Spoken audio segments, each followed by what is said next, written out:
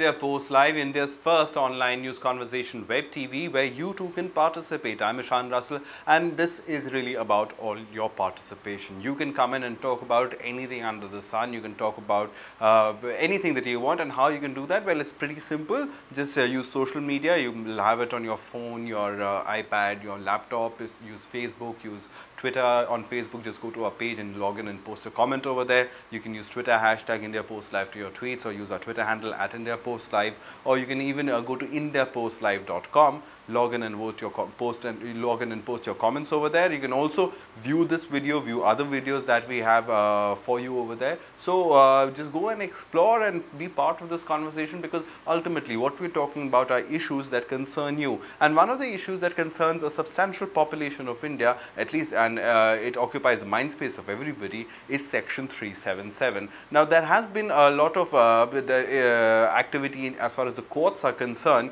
but we have a new ruling party, the BJP, and the BJP is stand on this issue. Well, it has been somewhat of a flip-flop. Arun Jaitley had supported it. Rajnath Singh later had the BJP president then had said that it was unnatural and this was Western culture. Ram Madhav, the RSS spokesperson, now has come out and said, after the BJP government has come in, that Section 377 is debatable. Is it or is it not? First, let's take you through the story.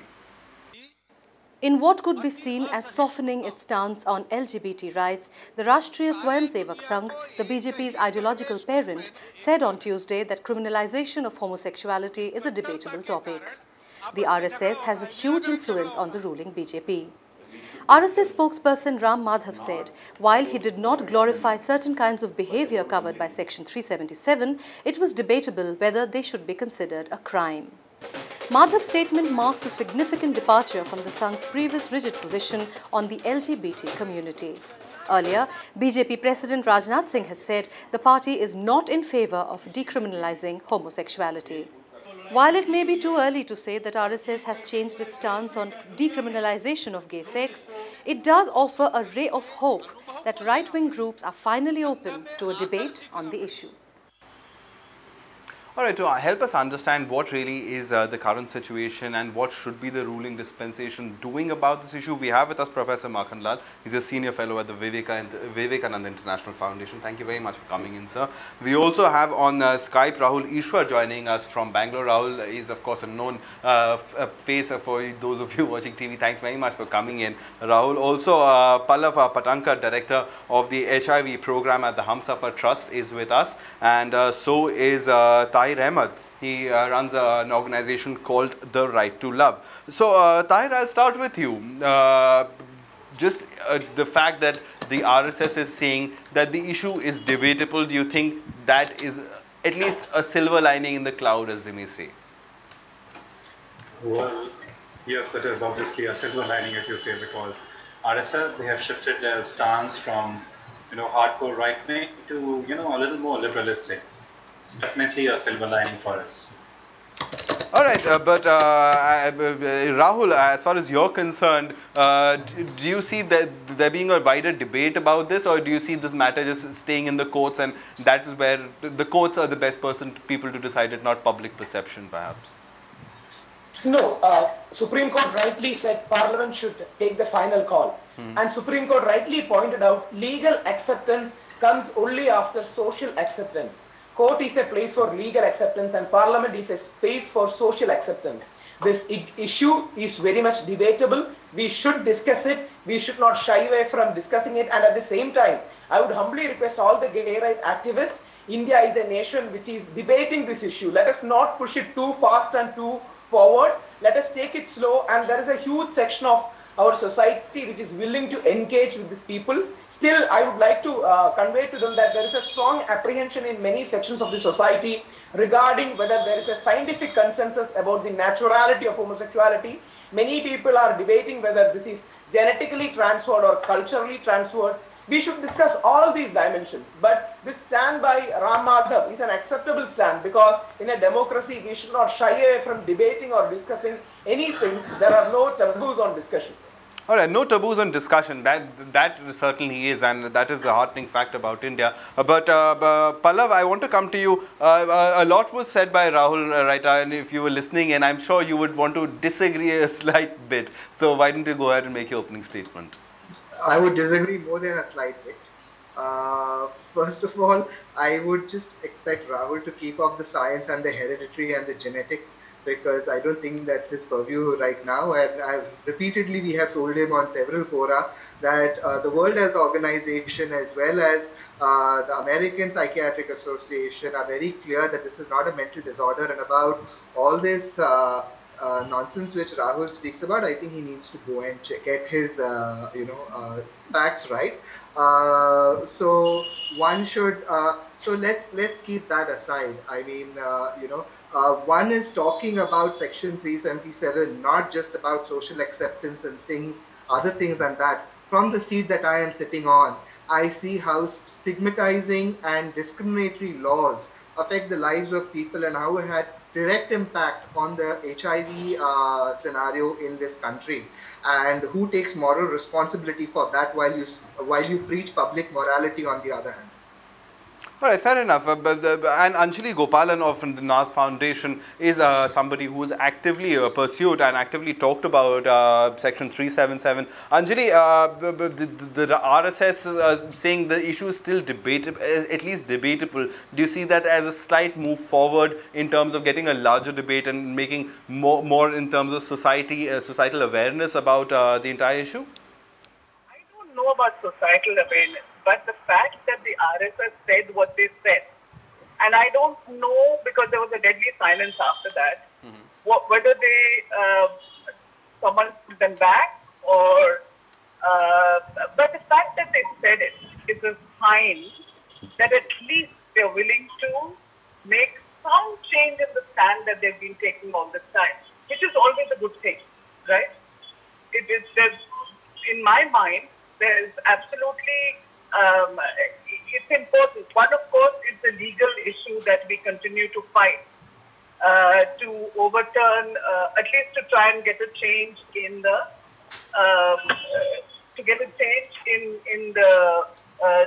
judgment that we got from the Supreme Court. But I also think the time has come for us to start having larger coalitions, talking to people who are not the converted, and talking to people so that they understand. Because I think very often, for example, if Rahul makes the statements he makes, I don't think he has a clear understanding of how natural and normal it is for someone who is gay, for them to be, it's a very natural state to be in for them. So Rahul would not understand that till he actually sat, and people like us have made him understand that, I think.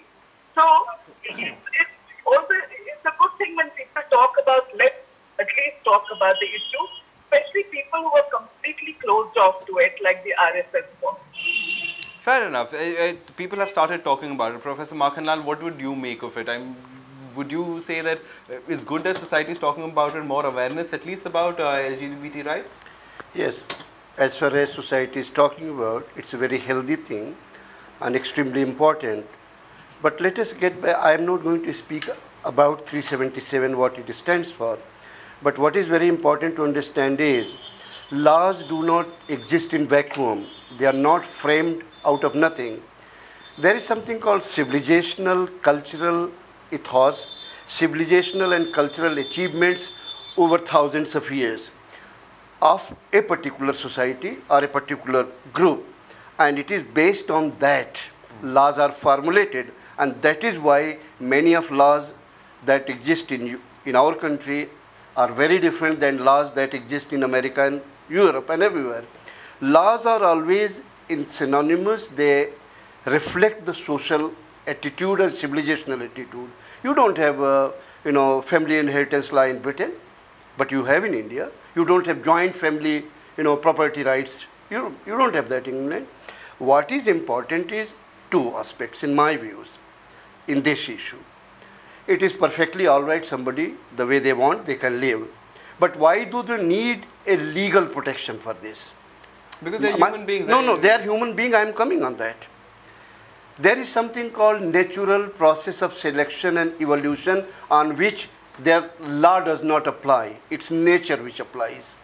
Those who are talking about today about their right to live it, I wish the two individuals who were involved in their production, if they had opted for the same, would they have come into existence on this earth? All right, but then the same thing, I mean, people do choose not to have children. No, you need not to have, you choose not to have the children as long as you are in your house, as long as you are in your bedroom, nobody is bothered and no law criminalizes you. How husband and wife has to live. Yeah, so just a minute, yeah. How husband and wife has to live in a bedroom, it's none of the court's business. Only where the things go haywire and one of them approaches court comes into.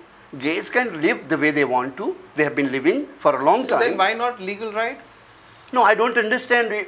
Where is the question of legal right if you are happily living? All right. Pallav, go ahead. Pallav, if you are happily living with it, where is the question of any legal right getting Rahul, we'll just come to you. We'll just come to you. I just want Pallav to make a point. Question of Then we'll come to nature you. and civilizational cannot be just thrown away. All right. Just for you and me. All right, fair enough. You're saying larger society is... Larger, let us have a referendum and you will appear. Because in every country, anything which is very debatable, you go for referendum. All right, but then rights of minorities have to be protected. No, right to minorities have to be prevented as per law. All right, I'll make Pallav make the point rather than myself arguing. Go ahead, Pallav. Mr. Makhanwala, unfortunately, I can use his own argument against him. So if he is saying that laws don't exist in a vacuum and we didn't have... So I am right now in front of you as an openly homosexual man. And within the constitutional rights of this country, I am saying that I am not protected because my existence is criminalized.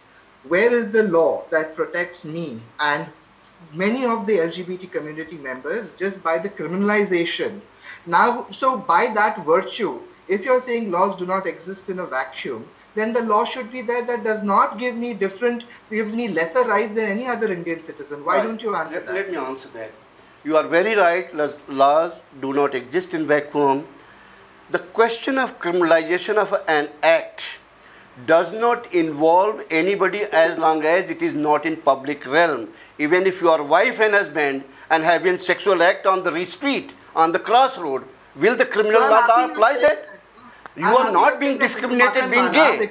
You are not being discriminated being gay. What you are being discriminated is on your exhibition. And that exhibition has been private. No, but Section 377 is not about exhibition. Section 377, Rahul Ishwar, Pallav, I'll come back to you. Let Rahul Ishwar make his piece, then we'll come back to you. Yeah, go ahead. I would request the moderator to see, when I was speaking a language of reconciliation, Pallavji and dear Anjali Gopalan was speaking the language of chauvinism, speaking the language of talking down on another person. This is the chauvinic attitude whether some people have on the right wing or no, they are so-called liberal chauvinism they have. We should speak the language of conciliation, we should talk to each other. And regarding the science, they don't know. I would like to point out, back in 1991, Simon Levy of the Harvard Medical School, who himself is a gay, has categorically stated, I have not found out anything like the gay gene. I have not been able to prove the idea that homosexuality by birth is there. And in many animal species also, we have seen homosexuality, but the percentage is so low that it can even be called a non-normal behavior. I'm not saying it is abnormal or unnatural. It's a deviant behavior. I'm not saying it is a distortion. It's a deviant behavior. Right, but having said that, we should be ready to debate as we are human species and Homo sapiens. But remember, chauvinism from either side won't take us anywhere. We should talk the language of coming to a middle ground or a consensus, and I believe all these discussions should lead to that. All right, fair enough. But Anjali, you've been actively working on this, and do you have the patience for debate, or do you think it should be, it's time to go for the jugular, as they say? Debate, because I think these same people who are talking the way they are, we need to make them understand the reality. For God's sake, he's talking about husband and wife, he's talking about himself. Let him understand that none of his rights are being abrogated. As a citizen of this country, how can you deny rights to people just because they're homosexual? Nobody's denying any rights. Talking about Please the don't right play a to victim. marry, we're talking about the right to adopt, we're talking about the right to property. What are we talking about? And by his same logic, as sati used to be such an accepted behavior. So he has to understand that laws, in fact, behavior and thinking. And behavior, thinking and ethics, in fact, law. Unfortunately, both don't go hand in hand. So, it's over a period of time that one changes the other, just like sati, which was such an accepted behavior among Hindus, got changed, right? So, what is he talking about? No, I don't understand. I would like... And why is he scared? What is scaring Rahul and this other gentleman? I don't know. What he said, see, at the end, I did not... Anjali, could you repeat your last sentence? What the last I'm sentence? just saying, I don't know what is frightening Rahul and this other gentleman. They don't know what is threatening you. They don't understand the threat. Okay. This kind of homophobia doesn't make sense to me at all. In this day and age, it really doesn't make sense to me. Fair. Right. Let me assure you, nothing is threatening me and nothing is making me to feel any way, you know, Maybe but no, nothing is making me feel any way hostile to them. What is my simple request is, you are not asking for adoption alone. The simple point that you are talking about is homosexuals or gays should be allowed and recognized as wife and husband in the eyes of law. And that is where my objection is. No, listen. That is where it has gone to in USA, that is where it has gone to in any other country. Alright, and I followed we are it. just talking about OVSI section 377 that says it is... No, section 377, ma'am, section 377 is not operable as long as there is no complaint. And if both the partners are agreeing and no complaint is there, where is the question of crime? No one is going to complain against heterosexual people. No, it doesn't stand. We have to understand that section does not apply as long as there is no complaint. Anjali, go ahead, sorry. Yeah. Let me finish. Homosexuals are always hassled by the cops. It's not heterosexuals being hassled by the cops. When you're sitting in a park, that's what happens. You are targeted. You are targeted for being gay. That does not happen with heterosexuals. So I'm sorry, I cannot buy this argument at all. All right, Tahir has been sitting quietly. I know all of you want to come in, but Tahir, all right, we seem to have lost Tahir. Pallav, do you want to come and make a point before we move back to Rahul? About the point of, I want to talk about the point of where is the meeting ground? Rahul is saying that we'll move a little forward. Would you be willing to have a debate and talk, and how would you want to move forward from here? I would be fine to do the meeting ground with Rahul, but apparently Rahul decides where the meeting ground is going to be also, and I'm not willing to go by that. And to answer Mr. Makhanwala's question, I think he has a very valid point. He's asking a question which in fact goes to the Delhi High Court verdict, which is speaking about consensual sex within the privacy of homes. But what I need to explain to him and very nicely is about the fact that, see, Section 377, where again right within this office it has happened, that ever since the Supreme Court verdict, Section 377 has been used by gangs which are operating in this city to target gay men and extort money out of them.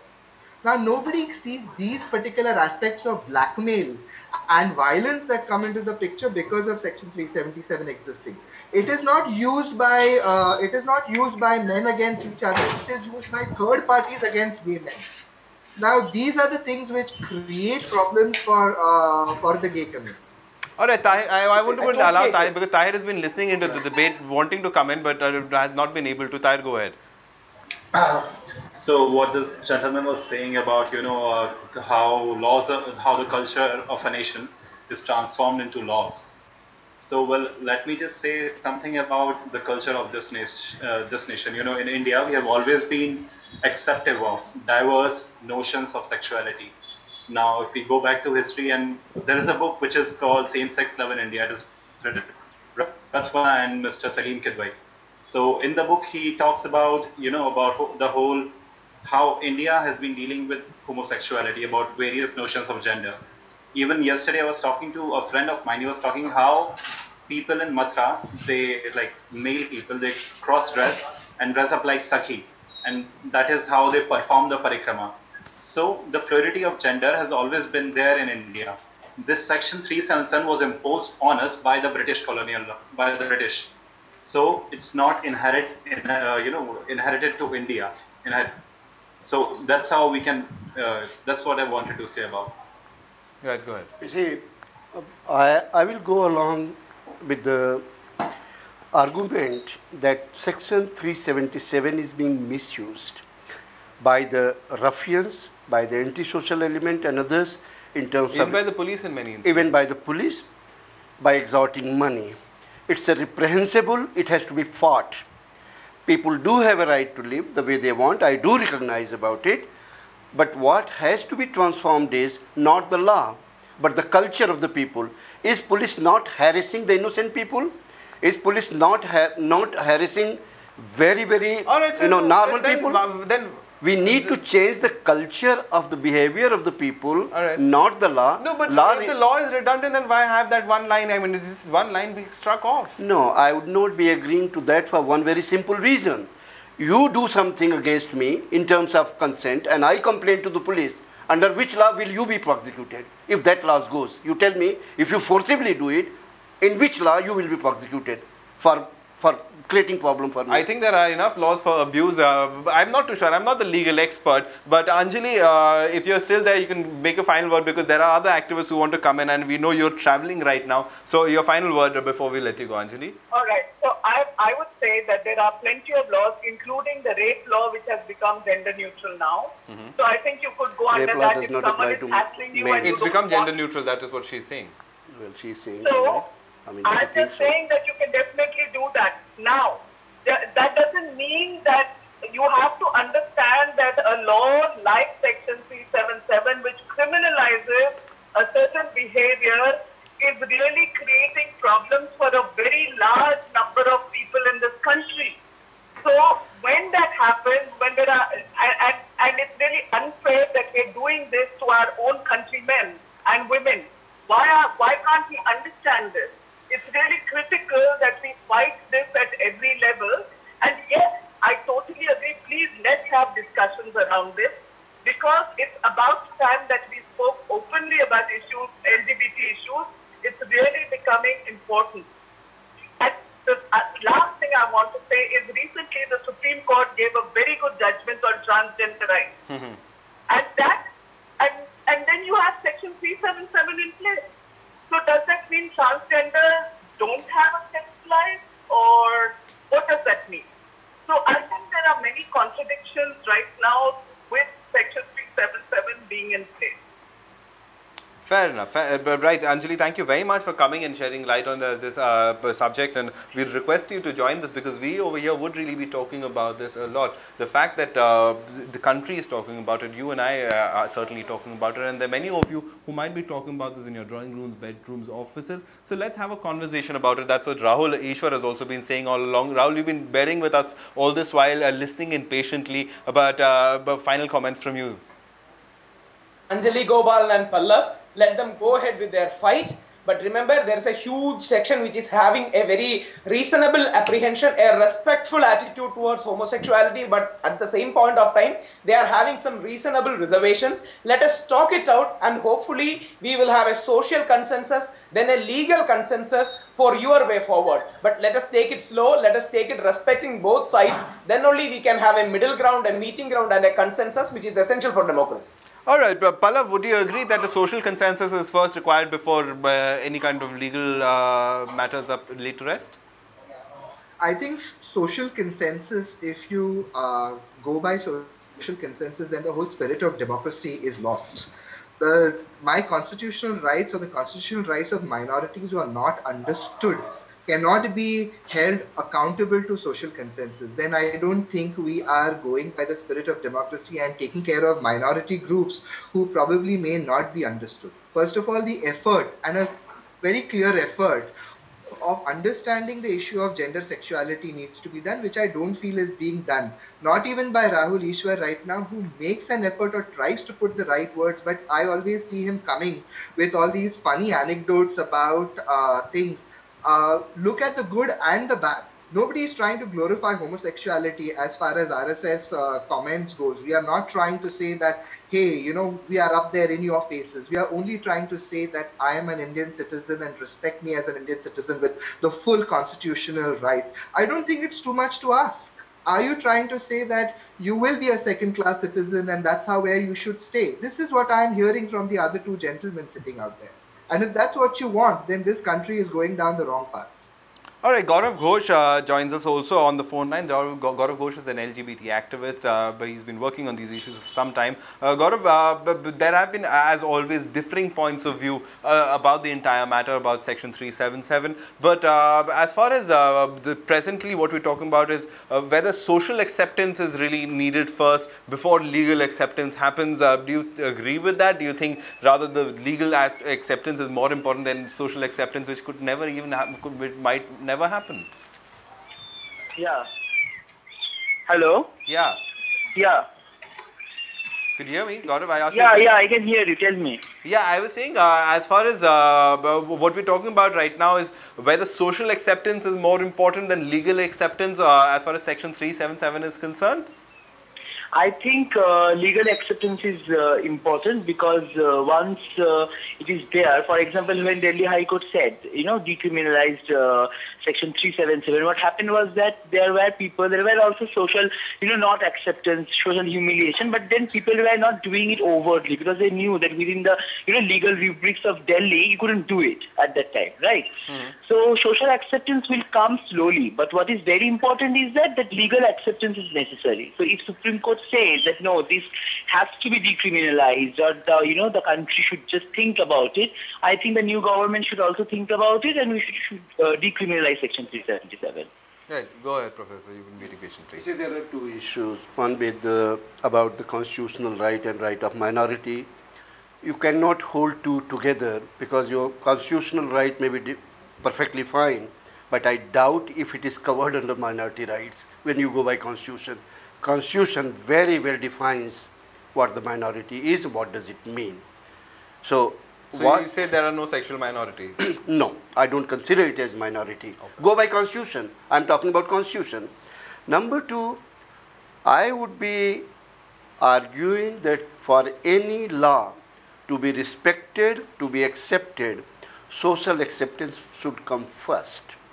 Any amount of law you make, India is one of the countries in the world which has the largest constitution, the largest number of laws, the largest, thickest, heaviest book of IPC, but look at, is anything accepted? So I would go that it would be serving better cause for LGBT right activists if there is a kind of social awareness. People are made to brought around to the idea and then make them to feel. You see, I doubt any society where a law is framed against the society's wishes, it will work. Tahir, is it necessary for you to make society aware of who you are and why you are to accept you? Do you feel like that? Or do you feel you should be just accepted for just being part of society? If it is being part of society, there is no further debate. You just live quietly, like that is what you mean. Don't make a noise, don't make an exhibition of it, and nobody is going to bother you. No. I think, there is a difference between what he says that live quietly. Oh no. If you want to mute a certain section of people, that is like really bad. Because people who have been made criminals according to Section 377, like, when we go and shoot stories of different people working in different lifestyles, they tell us that how this whole Section 377, it has affected their lifestyle. It has affected their personal relationships. It has affected their lives at home. So it's not like if they live quietly, things will be fine. This law has brought a very uncomfortable thing to their lifestyle. It has changed their life. That their lives are no more normal. So they can't be expected to behave normal and be shut about it. We need to actually get out and make the people realize what is this debate about. That's what we do at the Right to Love. All right, that's what you do with the Right to Love. But then, Pallav, at the end, many would say that, look, I am just gay. I am not an activist. Why should I wear it as a badge? And how do you tackle that kind of an issue? Yeah, none of us were born activists, and none of us decided we are going to come and sit out here and face what we face out here. But at some point in time, your existence is questioned.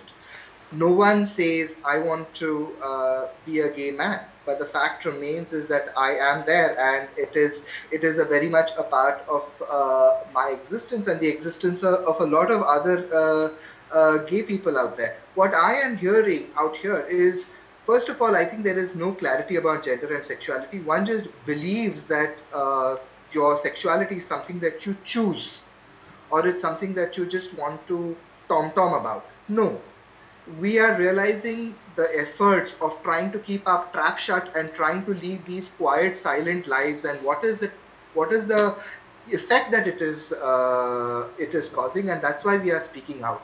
The need to come out and say, no, this is who I am and accept me. And I think these are greater dialogues which are not really happening. I want to answer one more thing. Mr. Makhanwala said, oh, Section 377 cannot go away. Please remember, Section 377 is not going away. It is being read down. It is being read down to the extent of saying that two consensual adults in the privacy of their home should not be criminalized. That's what the Delhi High Court verdict said, and that's what the Supreme Court did not upheld. So in fact, it's saying everything which Mr. Makhanwala is asking for. Nobody wants to glorify, nobody wants to tom-tom about it, nobody wants to become a gay activist. There are no heterosexual activists. Why would you want to be a homosexual activist? Fair enough. That final word to you, Professor. I think you would beg to disagree on this one. No, I would not be disagreeing bluntly, but what is my request to them is, when he was talking about police harassing in the park, you also hear every day boy and girl sitting in the park being harassed. What I personally feel is that I would not be very happy pointing out one problem in the society that I am the victim and everybody else is very happily living.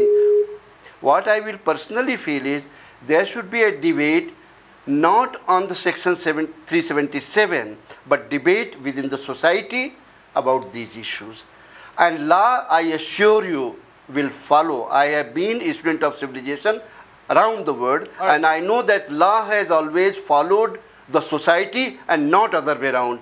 Laws have been mutilated and completely finished off if the society has not accepted it. Rahul, so, final word to you. You've been saying consensus and middle ground. That is positive. That is, I mean, go ahead. I'll make you let you make the I totally agree with the professor. That's the more nuanced and mature position to take. But I understand and respect the passion of Pallav, who has been a very vocal activist, or Anjali Gopalan madam. We respect their activism. We respect their passion for the cause they believe in. But as I pointed out earlier, there are some very reasonable reservations from a huge number of society who are not homophobic. Remember, they are not at all homophobic. They are standing in the middle ground, looking for a reasonable position, who is willing to come to who is willing to negotiate, who has come to a more matured, progressive, as what they call, position. So let us not turn them away. Let us not be aggressive, homo-chauvinist or homophobes. And there is a middle ground between a homophobe and a homo-chauvinist, and let us get that middle ground, which will prove right after 100 years when we look back. The middle ground is just, I think, homo sapien, just human being. Right, Gaurav, go ahead, make your point.